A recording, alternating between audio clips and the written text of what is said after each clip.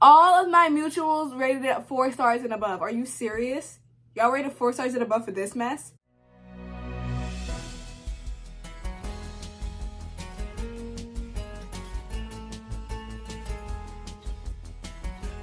Hey guys, it's Sydney and I'm back with another video, and today we will be talking about Priscilla. Sadly, we will be talking about Priscilla. I should have known I wouldn't like this movie when I saw Sofia Coppola was directing it. I've watched like 2 different Sofia Coppola movies and I didn't like them. I watched The Bling Ring and I watched Lost in Translation. Lost in Translation, I can make a whole video on why I don't like Lost in Translation. I can make that video if y'all want me to. But today we're talking about Priscilla. And I would also like to add, I have never been through an experience like that. Thank God I haven't been through an experience like that. So my view of the movie will be different than those that have been through that experience and have been in that manipulative situation. So please take my review with a grain of salt, and that this is my review and my opinion of what I got out from the movie. After a rewatch, maybe it will change, because I did say that in my Letterboxd review that I may need to rewatch the film to understand it fully and to see all the nuances. So yes, when you watch my review, please make sure that you understand that this is coming from somebody that has not been a victim of this type of abuse, that has not been through a situation like this. Now, let's get back to the review. This movie was so unbelievably boring that it made me mad. Like there was good moments where I was just like, oh, okay, interesting stuff. But I feel like it was so much nothingness, and I feel like that was on purpose to put us in the mind of Priscilla Presley during this time, because it was a lot of nothingness for her too. When Elvis was away, she just had to sit there in isolation. She had to sit there and just wait for him. That's all. That was most of her life, was waiting. Most of her life with Elvis was just waiting for him.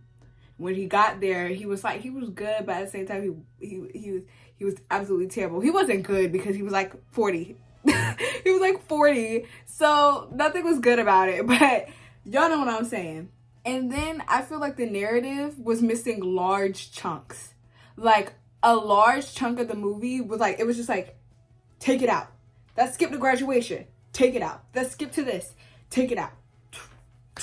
I'm like, what's going on? What's going on? Like, I just felt like everything felt so disconnected within the moments. And I couldn't really get into the movie because of that. And everything felt really real. Like, everything felt super real. But I didn't feel like I was in the story because of the last issue I had with it. I felt like I was still watching a movie. And I don't like that feeling when I'm watching movies. I like it to feel like, oh, I'm next to the characters while they're going through something like this. You know? And I do often have these issues with biopics. And I feel like they're often done in a weird way. But I felt like, oh, Priscilla Presley, she's an executive producer. She's going to be telling her own story. That's good. That's good. And the fact that it was hyped up, all of my mutuals rated it 4 stars and above. Are you serious? Y'all rated 4 stars and above for this mess? Are you serious right now? But I just felt like the whole thing was really underwhelming. Because when I went into it, I thought, oh, I was going to get this compelling story about this woman finding herself and breaking away from the shackles of this man. And, you know, we got that. But I felt like the moment in which she finally got away from him and she decided to, like, go away, I felt like that was just glossed over. Like, at the end, she was just like, I'm leaving you. And then the movie ended. Are you serious? We barely got any time of her life after she left him. Are you serious? This was going to be Priscilla's movie. Are you serious right now? But it was also, like, trying to fit in, like, 10 years of her life into like under 2 hours. This is the one time I would like to say that a movie should be over 2 hours long. A movie should have been longer. Like, they could have expanded on the moments way better. We could have spent more time during these intense moments, but we didn't. Every time something happened, it was like, move to the next thing, move to the next thing, move to the next thing, move to the next thing. can we like sit in the moment for a little bit? Can we really feel the terror and the heartbreak that Priscilla was feeling in that moment? And I feel really bad critiquing this movie. So this is like, oh, this is her real story and this was her like real experience. I felt really bad. Like the way Jacob Elordi and Kaylee Spanning, I think her name is, depicted Elvis and Priscilla was very good. Like the acting was top tier, top notch. Sometimes Jacob did feel a little like a little like, you know what I'm saying? You don't know what I'm saying. I think I was trying to say that Jacob Elordi feels really out of place at moments, and his acting decisions are a little strange at moments. But I also believe he was trying to give how sporadic Elvis's behavior was towards Priscilla and other people, like how quickly how quick he was to anger. And I feel like they could have focused on the latter half of their marriage and stuff like that, when she was gearing up to leave him more. I think I already said that, but like more time in that marriage and how it was falling apart and how she came to the realization that that man took advantage of her and that man did terrible things to her and stuff like that. I felt like that could have been sped up more, because when we usually get biopics about abusive relationships, it's less mental and more physical. Like there were little to no physical altercations, like except that one time. Oh my gosh, that scene was really that scene actually like messed with me. Like that one time when he was about to like assault her, and then when he threw that I forgot what he threw at her head, but it was like really big. He threw it at her head, and like it was a lot of, I control where you live, I control your money, I control where you stay, I can tell you to get out when I want you to get out. Like, I remember that scene where he was like, oh, we should take a break. She was like, I'll leave. And then he was like, no, don't leave. Are you serious? I was so mad.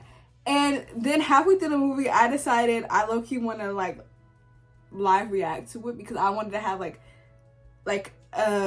what's it called? Record of my reactions to it. And one of the main things I said, I was just like, yo, they were doing LSD in the 60s. Mind you, I wasn't born in the 60s, nor do I have any familiarity with the 60s other than Etta James. Okay, so I didn't know they was doing LSD in the 60s. These are some real geekers. I did not know about all that. He was so menacing. There were parts where I was just like, dig him out of the ground, resurrect him so I can kill him again. There were some parts where I was just like, okay, I'm about to handle him personally. Personally, I'm going to handle him. And that, I will say, was a really good part. It really felt gross. Like the movie made your skin crawl sometimes, like especially when he first met her, and he was like, oh, little one. He called their child little one after he was calling her little one when they first met. Are you serious? Are you serious? You're gross. Like, you're really gross. You're disgusting. Like, I was really mad. I was really messed up about that. Like, oh my gosh. Because there are so many great parts of this movie, but it's overshadowed by, like, the terrible pacing of it and the disconnectivity. How disconnected everything felt. And overall, I left the movie feeling underwhelmed. I left the movie feeling like, oh, this was just a bunch of hoopla. Like, they weren't talking about nothing. And I rated it a 2.5 star on Letterboxd. I was teetering between a 2.5 star and a 3 star, but that ending really solidified, oh yeah, 2.5 star. Because it felt so anticlimactic. Like, this isn't a big moment of her life. Like, she decided to leave the man that she was with since she was 14 years old that had abused her. Like, that is a very big moment for somebody. And it should feel like it, especially in a movie about their life. And I felt like they just glossed over it. A lot of these big moments feel like they glossed over. And maybe that could be like, is the right word allegory? An allegory for how Elvis treated their relationship and how he glossed over everything that he did to Priscilla, and how Priscilla had to gloss over everything that he did to her in order to keep going and to still love this man and stay in the life that she had built for it. That he had built for her instead of she built for herself. I think that's it. I think that's all I had to say. I was speaking eloquently, y'all. But yeah, this is a very serious movie, so I try not to make as many jokes. But at some point, I was just like the beginning part of the movie was so good. Like that leading up, that courting that he did, that setting up that he did, and when he brought her to, I think, Memphis, that part, I was getting so angry. And her parents, and the thing is, I could understand why the parents did it, but at the same time, what were y'all doing? What was going on? What was going on? Are you serious right now? All the adults in her life had failed her. They were trying to help her and stuff like that, but it was too late. It was too late. A lot of the times when that happens, things happen too late. Like, I just read this book called Grown by Tiffany D. Jackson, and it was very good. No, I'm not going into that. I'm not going into that right now. Maybe I'll make a whole video about Tiffany D. Jackson, because I've read 3 of her books. I'm trying to read all of her books right now. They're really good. Just sometimes they be throwing me off. Her best book is Allegedly, though. If y'all want to get into, the first book I read by her was The Weight of Blood. But I'm just rambling. I have a problem. Anyways, I'm just gonna talk to you guys later. Thank you so much for watching. Also, thank you so much for getting my unpopular music opinions video to like over 1,000 views. Are you kidding me? Over 1,000 views.